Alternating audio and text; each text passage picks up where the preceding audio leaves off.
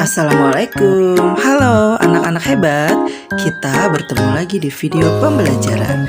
Kali ini kita akan belajar tema 1, subtema 3, pembelajaran 3. Sebelumnya, kamu telah belajar tentang permainan bakyak. Menarik bukan? Kamu tentunya senang dapat mencobanya. Permainan tradisional lain yang cukup menarik adalah engklek. Tahukah kamu permainan ini? Ayo kita coba bersama ya. Permainan engklek adalah permainan tradisional yang sangat banyak dimainkan oleh anak-anak Indonesia. Engklek merupakan permainan lompat pada bidang datar yang digambar di atas tanah. Permainan engklek bisa dimainkan oleh 2-5 orang.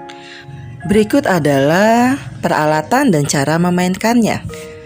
Jumlah pemain 2-5 orang. Peralatannya yaitu gacu, terbuat dari pecahan genting, kapur atau tepung untuk garis batas. Cara bermainnya, lompatlah dengan menggunakan satu kaki di setiap petak-petak yang telah digambar. Siapkanlah gacu sebelum bermain. Lemparkan gacu ke salah satu petak. Petak yang ada gacunya tidak boleh diinjak atau ditempati oleh setiap pemain. Lompatlah ke petak berikutnya dengan satu kaki mengelilingi petak-petak yang ada. Pilihlah sebuah petak yang dijadikan sawah. Setelah menyelesaikan satu putaran, petak itu boleh diinjak dengan 2 kaki. Ingat ya, pemain lain tidak boleh menginjak petak itu selama permainan. Pemain yang memiliki sawah yang paling banyak adalah pemenangnya. Berikut adalah pertanyaan berkaitan dengan permainan engklek. 1. Apa saja keterampilan lokomotor yang kamu perlukan dalam permainan engklek? Keterampilannya yaitu berjalan, berlari, dan melompat. 2. Apakah kamu dapat melakukan keterampilan tersebut dengan baik? 3. Praktekkan permainan engklek bersama anggota keluargamu di rumah ya. Ini adalah contoh petak engklek terdiri dari 8 petak berbentuk persegi dan 1 berbentuk setengah lingkaran. Sungguh kaya budaya Indonesia. Sebagai anak Indonesia, kita harus bersyukur dengan kekayaan ini. Kita dapat mencicipi makanan beragam, permainan tradisional yang berbeda, dan tentunya mengenal kebiasaan-kebiasaan berbeda. Banyak hal yang kita bisa pelajari dari keanekaragaman itu.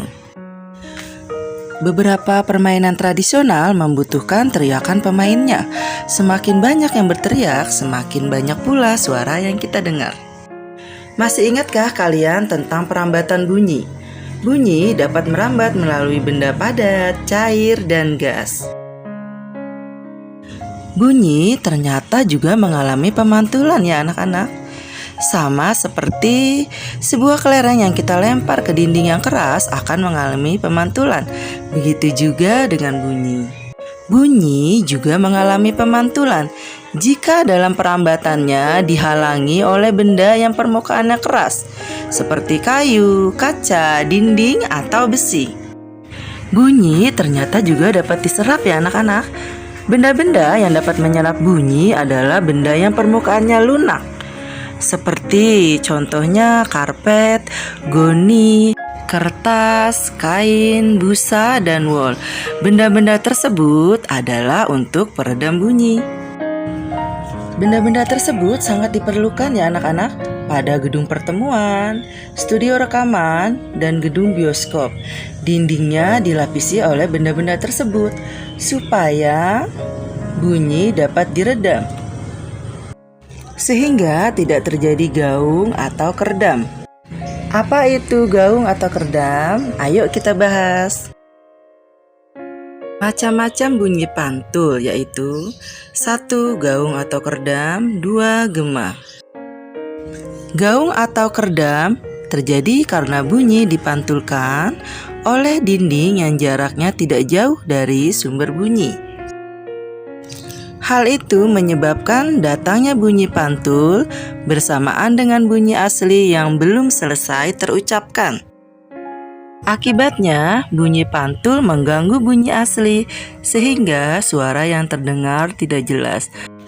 Oleh karenanya, gedung pertemuan, studio rekaman, dan gedung bioskop sangat memerlukan peredam bunyi supaya bunyi asli terdengar jelas, sehingga tidak terjadi gaung atau keredam.